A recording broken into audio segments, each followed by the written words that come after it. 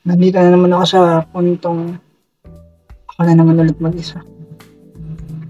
Nakikita kong hindi ka na interesado gaya ng dati. Once na hindi ka na niya mini-message, hindi ka na niya nire-replyan, tumigil ka na. It's a sign na hindi na siya interesado sa'yo gaya ng dati. Base yan bang physical na itsura ng isang tao para tanggapin at mahalin mo? Tanong mo lang.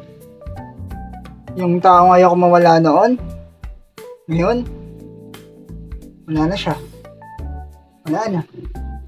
Masaya na siya sa iba. Umalis na siya. Talagang inubos ko yung sarili ko para mapatunayan ko lang sa'yo na hindi ako katulad nila. Pero wala. Nilayuan mo pa rin ako. Dati, nung bata ako, gustong-gusto ko na tumanda. Pero ngayon na matanda na ako, parang gusto ko ulit bumalik sa pagkabata. Yung tipong pwede kang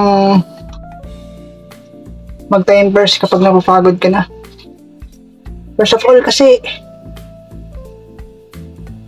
nang nasa isip ko nun, parang astig kapag matanda ka na. Pero na-realize ko, nakakapagod rin pala. Kasi, habang dumadagdag yung edad mo, dumadagdag din yung responsibilidad mo. Nang dahil sa isang pangyayari, hindi na tayo katulad nung dati. Ang bilis naman ng panahon, may na pala agad. Sana, may chance na ngayong May na, ipasakin ka na. So, paano? Take care. Sabi sa isang kanta, ingatan mo siya, binaliwalaan niya ako dahil sa'yo. Experience niyo na ba yun? Ako kasi, every time na makikilala ako tao,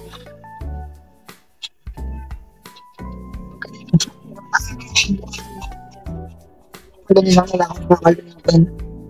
Madali silang hanap ng mas better sa akin. Mas alam nilang meron silang makikita. Ako kasi ganito lang ako eh. Kaya lagi lang talaga akong ibabaliwala at nanayuan at iwan. Tapos na yung role ko sa buhay mo.